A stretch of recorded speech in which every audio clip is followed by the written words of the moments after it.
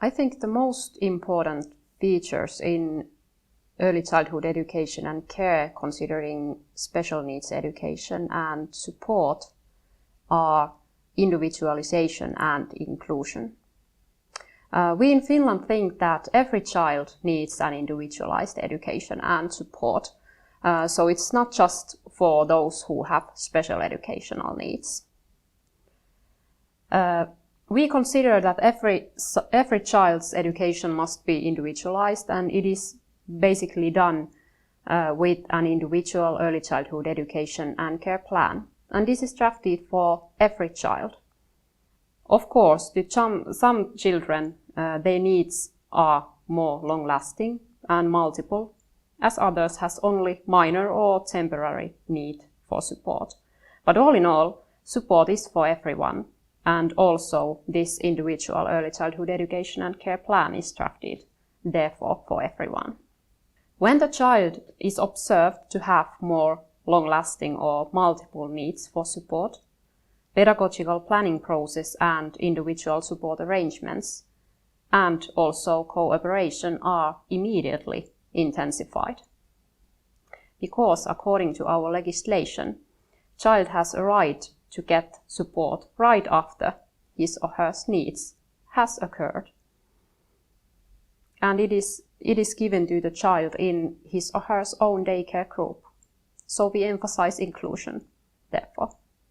Now I will describe these ideas that we have in Finland through an example. Anna is a 4-year-old girl, and she is participating early childhood education and care in inclusive daycare group. In addition to ordinary activities, Anna receives support concerning communication, cognitive and motor skills, and development. As we can see, Anna receives multiple forms of support. Also, some structural changes have been made in order to meet Anna's needs and other children's needs also in daycare group. Pedagogical support includes pedagogical courses of action, adaptation of learning environment in a daycare center, all the equipments, and so on. For example, in some child's cases, this could mean pictures or signing with the speech, or for example, an agreement between the adults that an adult sits beneath the child in a group situations. Again, support is need-based, and if the needs of the child change, then also the support has to change.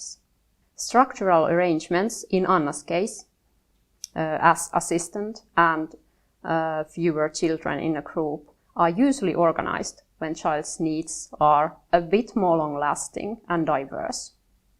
Anna also has assistant, as I said, and her supports Anna in her active participation, peer relations, and learning in a group. In Anna's individual early childhood education and care plan, for example, an objective related to Anna's personal iPad is set. In these plans, in general, objectives are always set to pedagogical work and to professionals.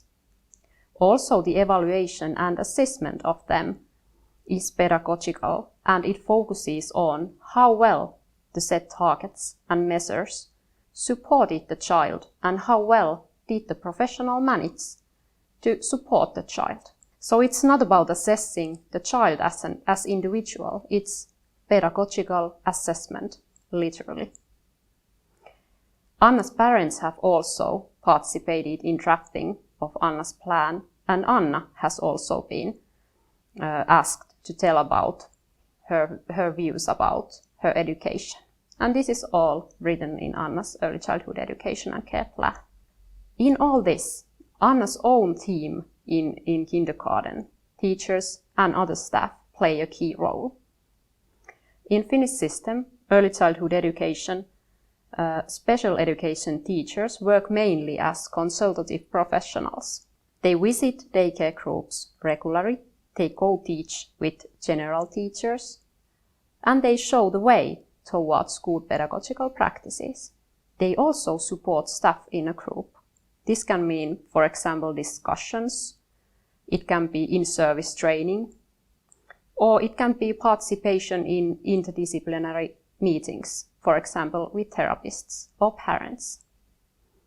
However, the general staff in a group is the main responsible for supporting the children.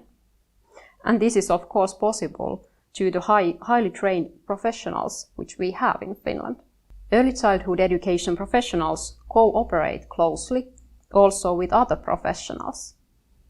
Especially therapists are commonly seen in daycare centers, as they more and more organize therapy sessions in child's own daycare center, many times even in child's own group. This helps to include child's rehabilitation in his or her everyday life, as you can see on Anna's example. Therapists also consult staff, for example, about how to support child's speech in a group in daily activities. Interdisciplinary teams with therapists, psychologists, and healthcare professionals are also generally organized in daycare. But all in all, an important and the most important partner in cooperation are the child's parents. This cooperation consists of day-to-day discussions when the child arrives to daycare or leaves home after day, and also more organized meetings, for example, considering child's education plan. So this is our system. It's about need-based approach, it's about inclusion, it's about individualization of every child's education, it's about a lot of cooperation, and parents and child's active role. And all this lays upon the idea about the child as an active participating agent in his or her own growth and education.